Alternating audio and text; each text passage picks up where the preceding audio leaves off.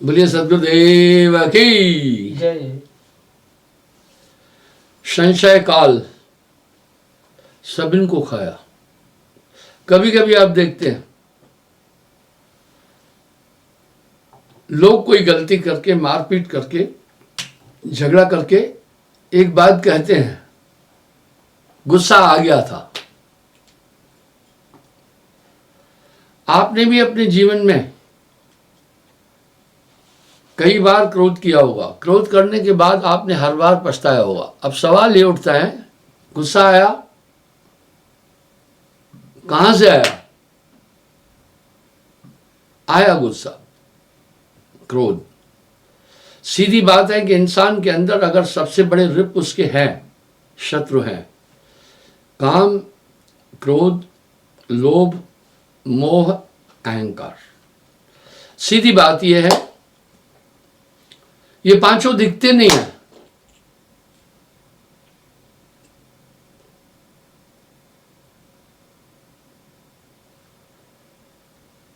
अब कथाओं में आता है, कामदेव पहुंप बाण रुद्र है मारा। शिवजी को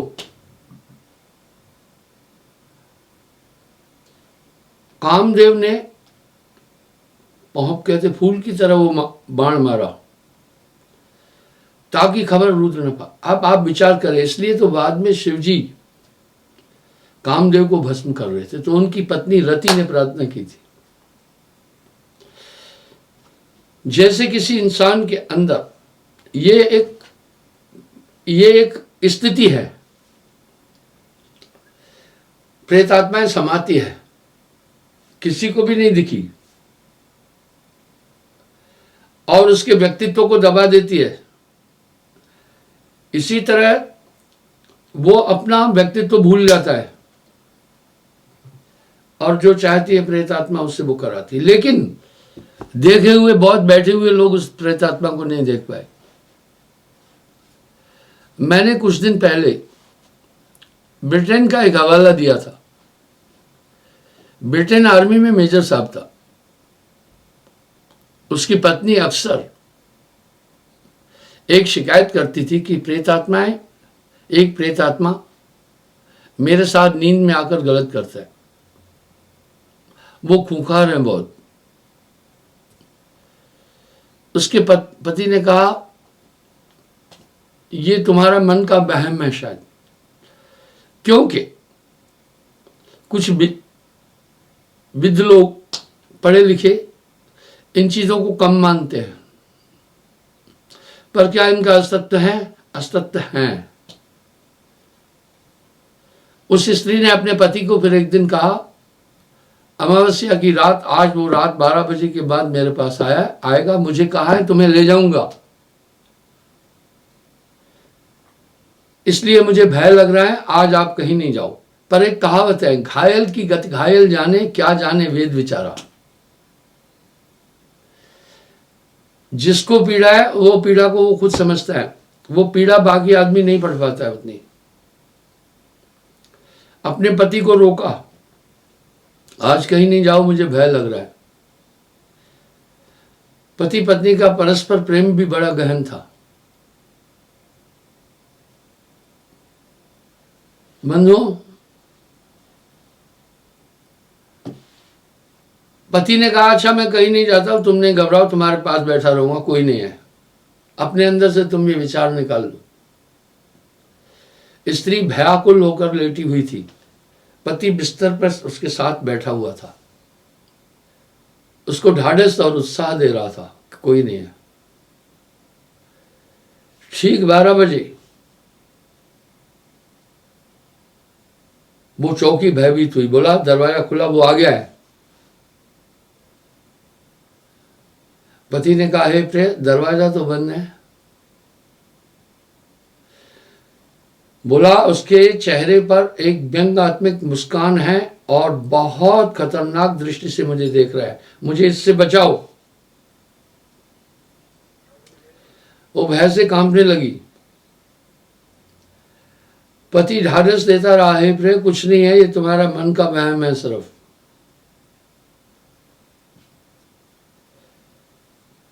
फिर उसने कहा अपने पति को, अब मेरे पेट पर बैठ गया है वो,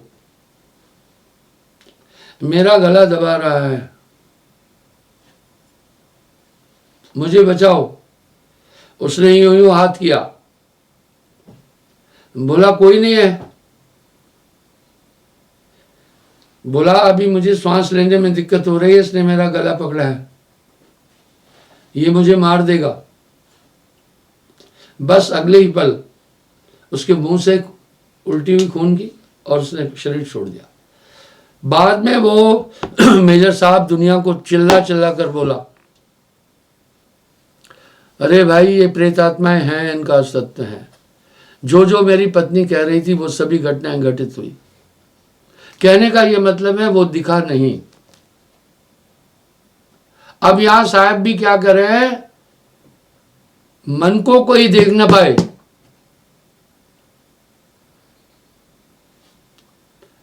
नाना नाश नचाए। इस तरह जीव के संग मन काल को वासा, अज्ञानी नर गहरे श्वासा। आगे साहब कह रहे हैं, बड़ा अच्छा कह रहे हैं,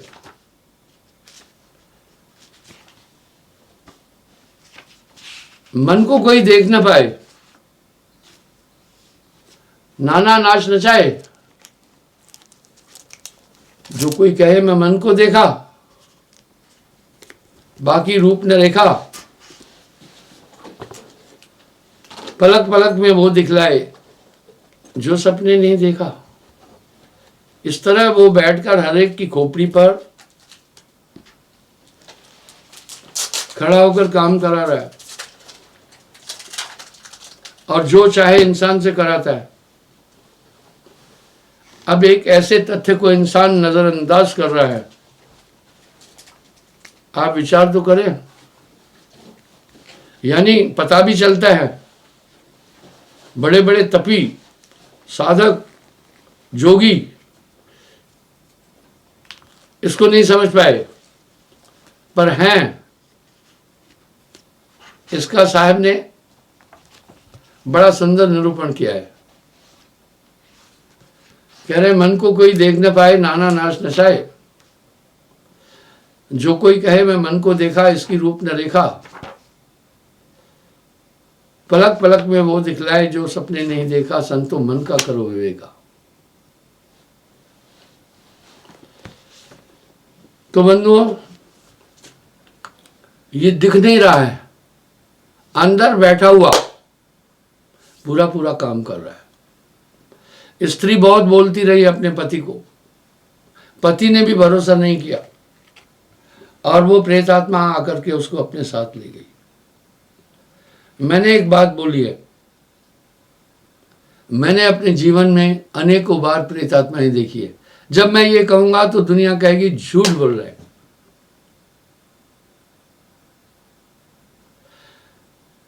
जब भी वो इंसान के अंदर प्रवेश लेते हैं और कहीं भी नहीं दिखेंगे, वो आंख में दिखेंगे। आंख बदल जाएगी। जागृत में चक्षु में भाषा, आंख क्यों बदल जाएगी? आत्मा का वास आंख में है। आंख तो हृदय का दर्पण है। इस प्रकार से क्रोध भी आता है। आप देखें, अब साहब यहां एक शब्द बोल रहे हैं, शब्द में बड़ा वजन है। असुर घट में बसे, कैसे रहब कुशल। ऐसे असुर शरीर में निवास कर रहे हैं तो ये कैसे सुखी रह सकता है। बस यहां रहीम कवि का एक दोहा बड़ा सटीक है। बसे कुसंग चाहत कुशल, बसे कुसंग चाहत कुशल, कहत बसे कुसंग चाहत कुशल, रहीम ये बड़सोस। रहीम जी कह रहे मुझे इसका बड़ा आश्चर्य है। वैसे कुशल चाहत कुशल रहमन बहुत सोच।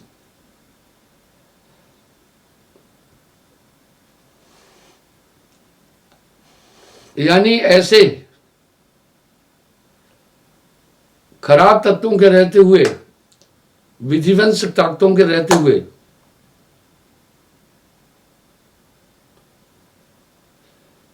कुशलता नहीं मिल सकती है। वैसे कुसंग चाहत कुशल कहे रहीम बड़सोस, बुरा आश्रय है ये। महिमा घटी समुद्र की, जो रावण दशा परोस। समुद्र पर कोई पुल बनाने का प्लान ही नहीं करना था। समुद्र की एक मर्यादा थी, एक महिमा थी, पर रावण पड़ोस में रहता था, इसलिए राम जी ने अपनी सेना वहां पहुंचाने के लिए वहां सेतु बांधा, उसकी महिमा घटी। अब साहब यहां क्या कह रहे हैं? अस असुर घट में बसे, कैसे रहब कुशल। इनके रहते कुशलता नहीं हो सकती। मन के यही वर्ण है, और मन को कोई देख ना पाए। अब यहां साहब कह रहे हैं जैसे प्रेतात्माएं नहीं दिखती है, मन को कोई देख ना पाए। और इन्होंने बड़े बड़े तपस्वियों का शिकार किया है। अक्सर हम कथाओं में, प्रवचनों में, सीरियलों में देखते और पढ़ते हैं कि फलाने तपस्वी ने इतना इतना बड़ा तप किया, उसकी तपस्या नष्ट कर दी। आखिर एक आदमी अपने आत्म कल्याण के लिए तपस्या कर रहा है,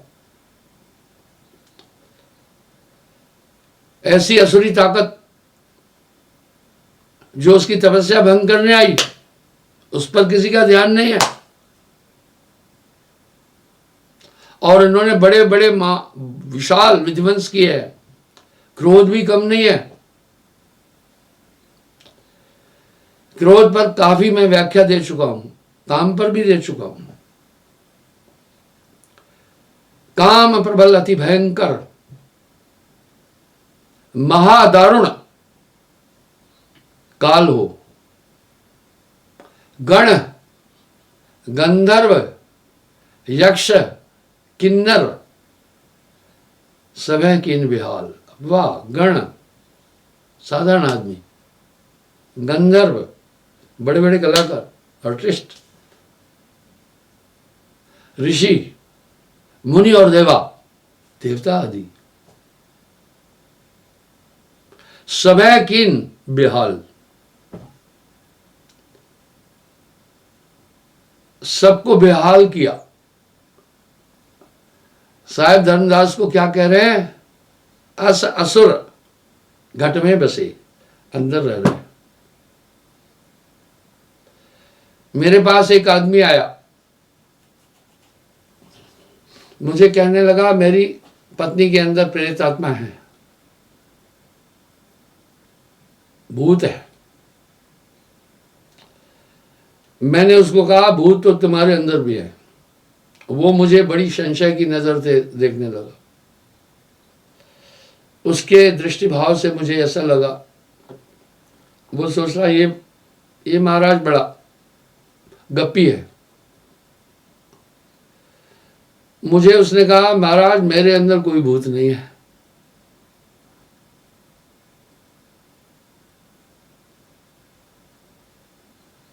साहब खुद कह रहे 14 भूत बसे या तन में।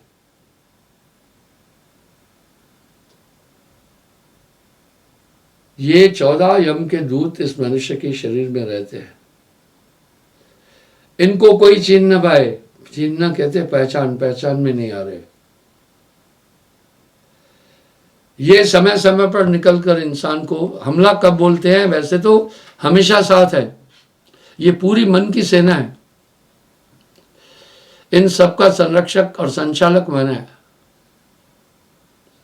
और ये निकलकर अपना काम करके चले जाते।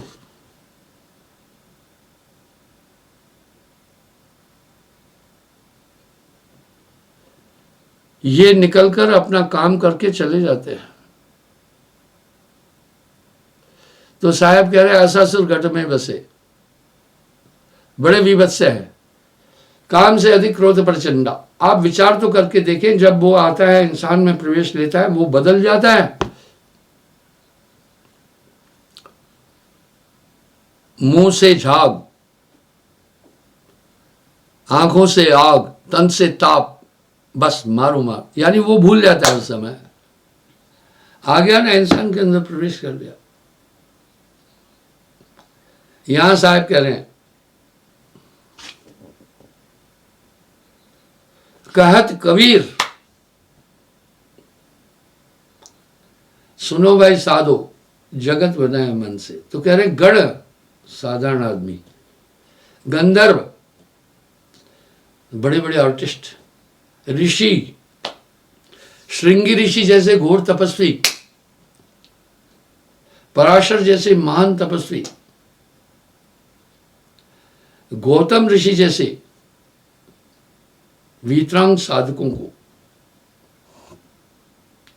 इन्होंने समेट दिया। इनसे बचना बहुत मुश्किल है।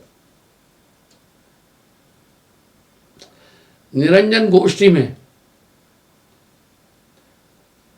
जब साहब संसार में आ रहे थे तो निरंजन ने कहा, आप किसी भी जीव को पार नहीं कर सकते।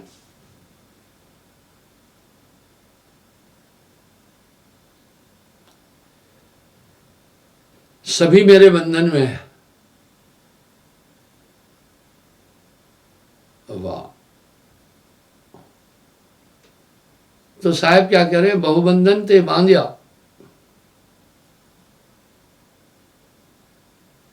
बहुबंधन ते बांधिया,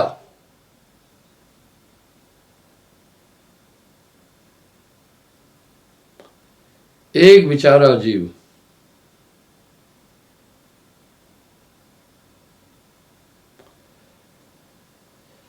जीव बेचारा क्या करे, जो ने छुड़ावे पियो।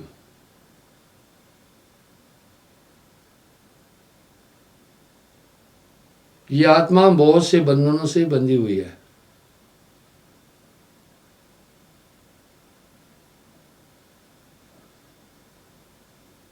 साहब क्या कह रहे हैं,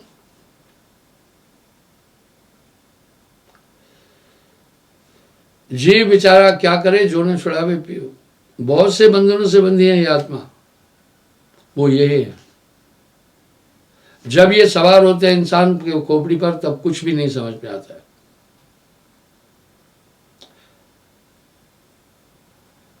मैंने जय और विजय का प्रमाण दिया। वो स्वर्ग के द्वारपाल थे। जब सनकादि जा रहे थे तो उन्हें थोड़ा कहा कि अभी हरि की इच्छा आज्ञा है, अभी थोड़ा रुको। पौड़ी पर जब रोका, उनको क्रोध आया। देखो, क्रोध में उन्होंने उनको श्राप दिया,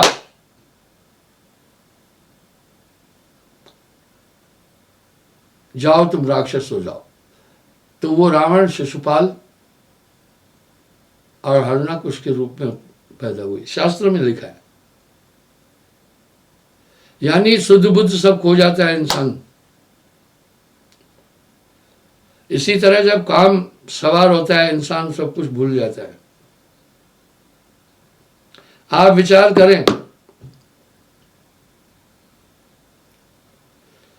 रोज टेलीविजनों पर बलात्कार के मामले में बातें आती हैं कि उनको अभी 4 आदमी को फांसी भी हो गई। बदस्तूर आज भी वो हो रहे हैं। इनका प्रवेग बढ़ गया। पता है, कैनाल में, नहर में पानी कितना है, ये कैनाल हेड के ऊपर जो चैनल है उसको ऑपरेट करने वाले के हाथ में है।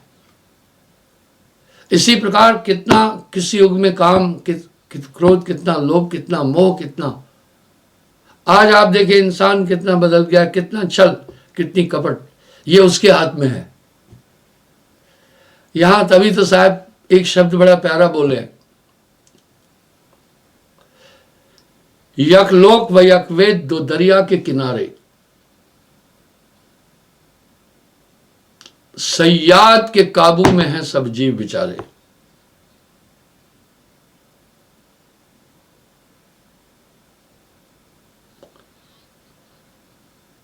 समस्त जीव एक शैतानी ताकत के हाथ में बंधे हैं। वो जब भी चाहता है हमला करता है और उसको कोई देख नहीं पा रहा है। यहां साहब निरंजन गोष्ठी में भी निरंजन ने ये बात कही, काहे ज्ञानी, अगर आप संसार में जाएंगे आपके हाथ कुछ नहीं लगेगा, तुम्हारे नियम पर कोई मैं चलने नहीं दूंगा। आपने देखा नहीं, इतने युग युगंत हुए, पुरुष जीव एक न पेखा, किसी को मैंने आने नहीं दिया। मेरी सेना के सुप्रसालार बहुत ताकतवर है।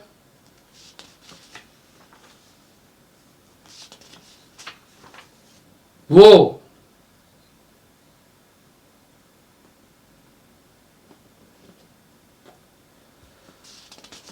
सबको पकड़ेंगे।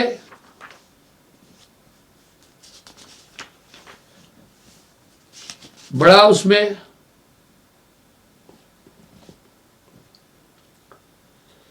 जग के मां की नम वासा, पशु पक्षी जल थल में आशा। 360 पेठम लाई, तामे सकल जीव अर जाई। ता पर काम क्रोध हम डारी, तृष्णा सकल जीव कह मारी। बोला उस पर काम क्रोध लोभ मोह और मन ले बैठा हमरी फांसा।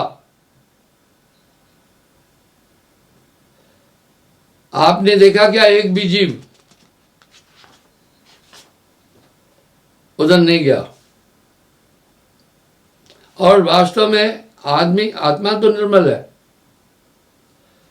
पर ये असली ताकतें जब इंसान में रहती हैं, उससे जो चाहती है कराती है। क्या तुम करो का शब्द तुम्हारा, 3 लोग प्रलय कर डारा। साधु संत हम देखी रीति, प्रलय करे सकल सब जीती। बोला इतने बड़े बड़े तपस्वियों को मैंने पलटी खिलाई। इस कलयुग का जीव आपकी बात मानेगा ही नहीं। मन मेरी फांस लेकर बैठा हुआ है। निरंजन बोला, मन ही निरंजन, वाह, मन ही ओंकार, मन ही है करता रहा। 3 लोक में मन है विराजी, 3 लोक में मन है विराजी, ताह न चीनत पंडित काजी। इस प्रकार से देखो, इंसान चोरियां कर रहा है, चंडालियां कर रहा है, हिंसा कर रहा है। मुझे बड़ा आश्चर्य हुआ, एक आदमी ने सिर्फ 10 रुपए के लिए अपने दोस्त को खत्म कर दिया। कानपुर की बात है। पलटत बुद्धि न लागत बेरी, बेर कहते टाइम को। जब ये इंसान के खोपड़ी पर आ जाते हैं तो उसका दिमाग पलटने में ज्यादा देर नहीं लगती है। तो साहब कहे, भाई नाम की इतनी ताकत होगी, तेरा बस नहीं चलेगा वहां।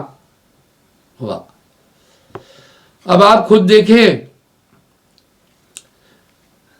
मेरे वचनों की प्रमाणिकता। नाम के बाद आप देखें कितने संयत हो गए, आप कितने नियंत्रित हो गए। आपको मन समझ में आ रहा है। काल निरंजन यह जग ढहकाया, काल निरंजन जग ढहकाई, नाम होए तो मात नवाई।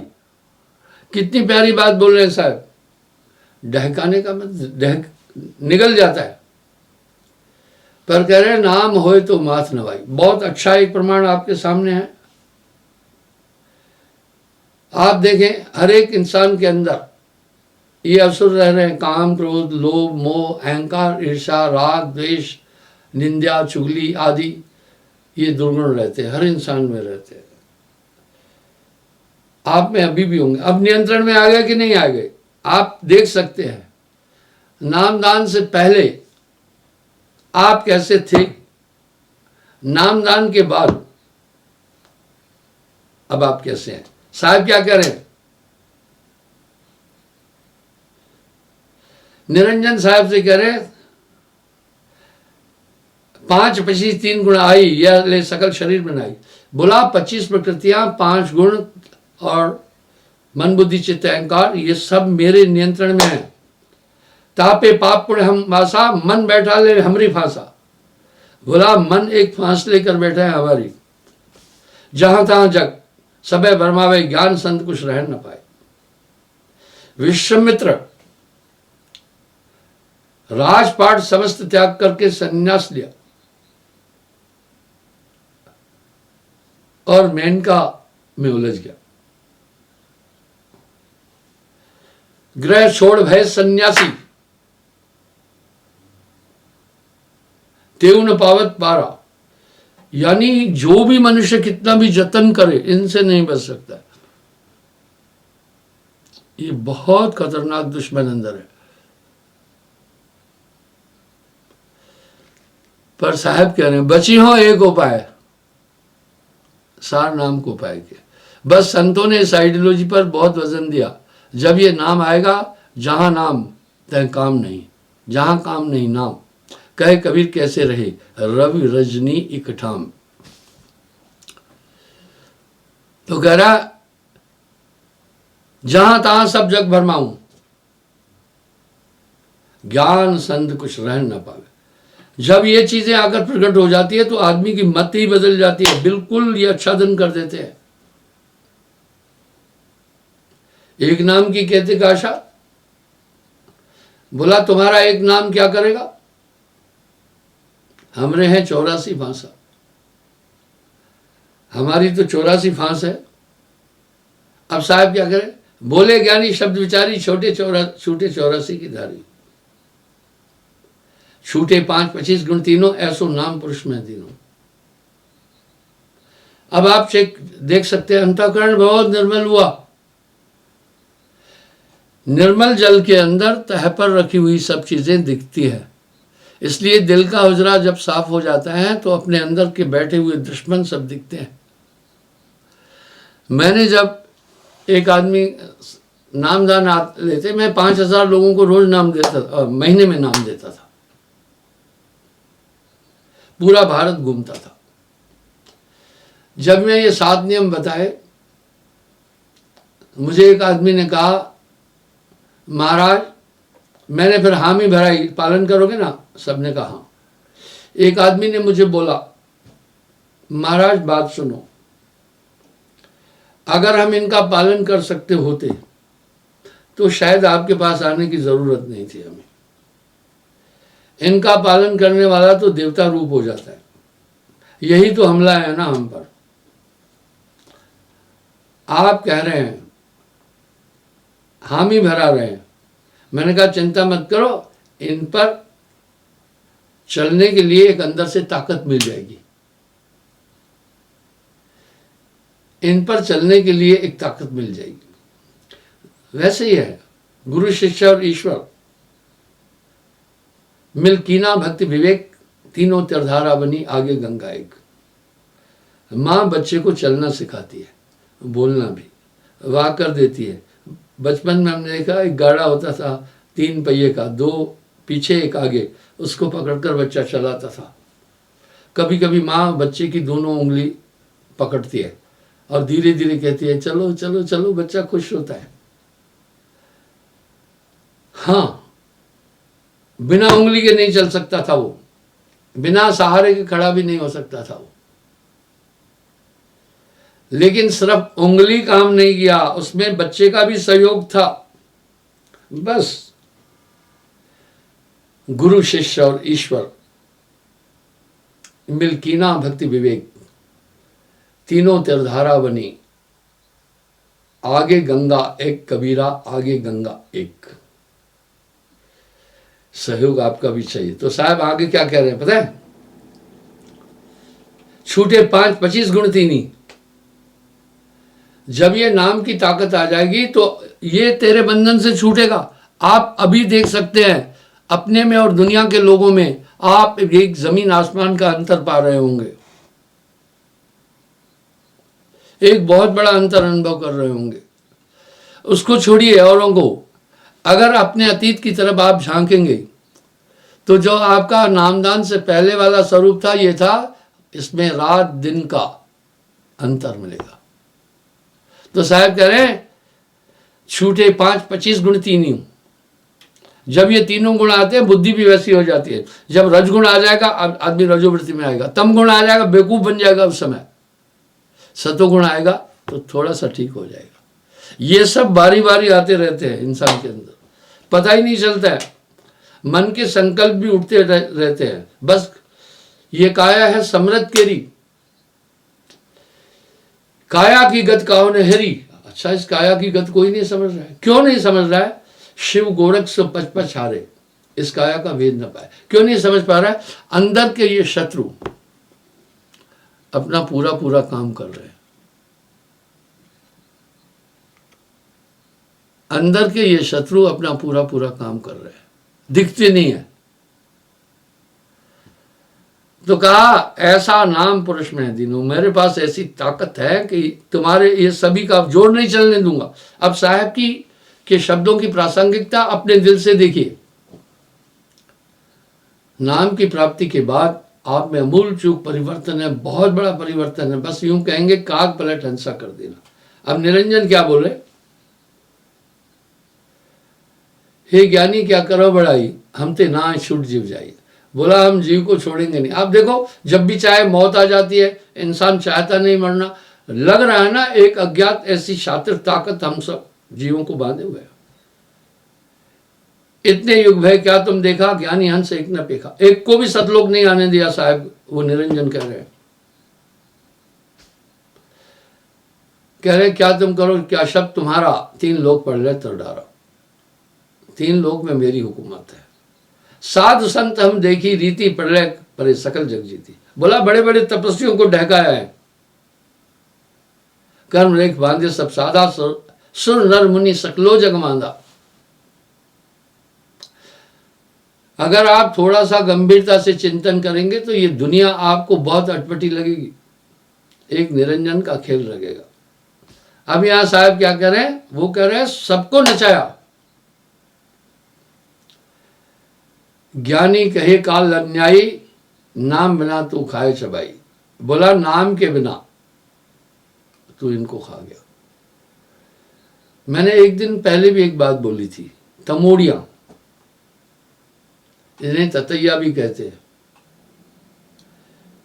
ये जहां घर बनाती है उसके आसपास आदमी को नहीं आने देती है, बड़ी जिद्दी होती है। हमारे आश्रम में रहने की बड़ी व्यवस्था है, मैंने पहले ही कहा, लेकिन हर पूर्णिमा पर 30-40 हजार लोग आते हैं, दूर दूर से भी आते हैं। अक्सर यहाँ पूर्णिमा पर दिल्ली नज़दीक है, राजस्थान, हरियाणा, पंजाब, हिमाचल प्रदेश, जम्मू कश्मीर, यहाँ के लोग आते हैं। दूर दराज के आते हैं, पर मैं वहाँ खुद जाता हूँ। उदाहरण के लिए महाराष्ट्र, कुछ लोग महाराष्ट्र से भी आ जाते हैं और कुछ गुजरात से भी आते हैं। तो उस समय सबको रहने की व्यवस्था देनी पड़ती है, इंतजाम करना पड़ता है। तो काफ़ी हमें उनको, सर्दी यहाँ बड़ी भयंकर होती है क्योंकि हिमालय के आंचल में ये कंडी एरिया है। गर्मी भी भीषण गर्मी होती है।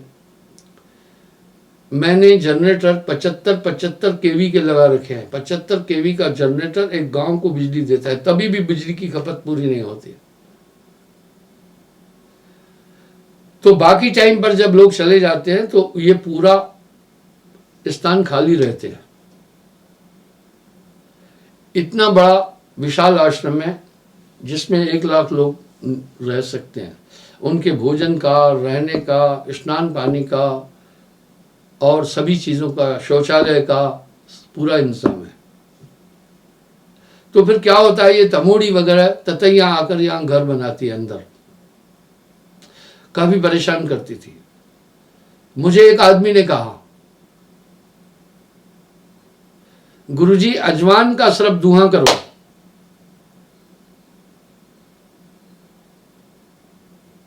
ये भूल कर नहीं आएगी। आप मानेंगे खाली जगहों पर हिता रहत पशु पक्षी न जाना, वो अपना बहुत बड़ा अंडे दे करके बहुत बड़ा गुच्छा तमोड़िया ही तमोड़िया हो जाती थी, बहुत ज्यादा परेशान करती थी। मेरे एक आदमी को उसने जब अजवान का धुआं किया, बहुत तमोड़ियां वहीं मर गई। ओ, मैंने कहा ये क्या? उस आदमी से पूछा, बोला गुरुजी पास नहीं रखना है कि उसी समय मर जाएगी। क्या चीज थी उसमें अजवान के धुएं में? बोला दूर से दिखाओ ये उड़ जाएगी फिर। पर एक बात बताता हूं,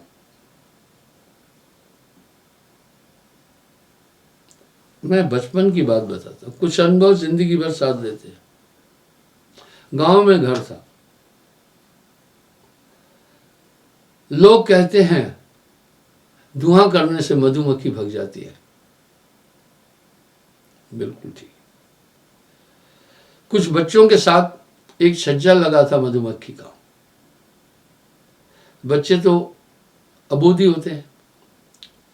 मधुमक्खी के छज्जे के पास कचरा वगैरह इकट्ठा करके धुआं करने के भाव से आग लगाई। आप मानेंगे मधुमक्खियां जलकर नीचे गिरी, लेकिन अपना छज्जा नहीं छोड़ा उन्होंने। उनके उसमें बच्चे थे। जीव न मारो बापरा, सबके एक प्राण। पर अजवान का धुआं इतना भयंकर होता है, धुएं से ही वो चली जाएगी। पर धुआं उनसे कम से कम 15-20 फीट दूर होना चाहिए। अगर बहुत नजदीक है तो मर जाएगी। वाह, अजवान के धुएं में मधुमक्खी, ततैया आदि ऐसे जर्म्स रहेंगे ही नहीं किए। तो साहब कह रहे हैं उस नाम के बाद तुम्हारा जोर ही नहीं चलेगा, सब शिथिल हो जाएंगे।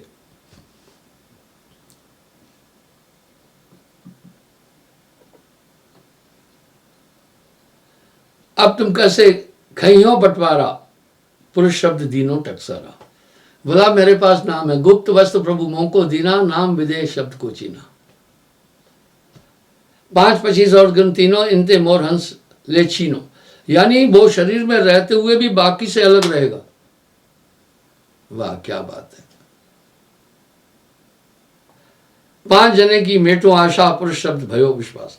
बोला काम क्रोध लोभ मोह अहंकार, ये बहुत ही कमजोर होंगे उसमें। अगर ये नहीं होंगे तो काया भी नहीं चलेगी। पर इनकी प्रबलता, अधिकता तो सब चीज की बुरी है। ये साहब ने कहा ये सब कह रहे हैं 5 जने की मेटे आशा, पुरुष शब्द भाको विश्वासा। बोला मैं आपको सच बताता हूं कि नाम के बाद ये 5 काबू आएंगे। बिल्कुल आप चेक कर सकते हैं। गुस्सा पहले आता था, विध्वंस मचाते थे आप, अब नहीं है, लेकिन कंट्रोल हो जाता। ये सब नियंत्रित हो जाएंगे। मेटो काल सकल उर्झेरा, तुम्हारे जितने उलझावे सब मिटा दूंगा। जब मेरे पास लोग आते हैं व्यथित, तो मैं उनको एक ही बात कहता हूं, सुमरण करना। वो सोचते हैं गुरुजी सबको एक ही दवा बता रहे हैं। अरे भाई, सुमरण से सुख होता है, सुमरण से दुख जाए। कहे कबीर सुमरण किए साईं मैं समय हो रहा है। कहने आज के प्रवचन का भाव यह था कि नाम के बाद वो ताकत आती है, अन्यथा इनसे कोई किसी तप, किसी योग, किसी कर्म, किसी क्रिया से नहीं जीत सकता है। नाम होए तो मात नवाई, ना तो ये जग मान न चाहिए। साहब कल पुनः मैं हाजिर हो जाऊंगा।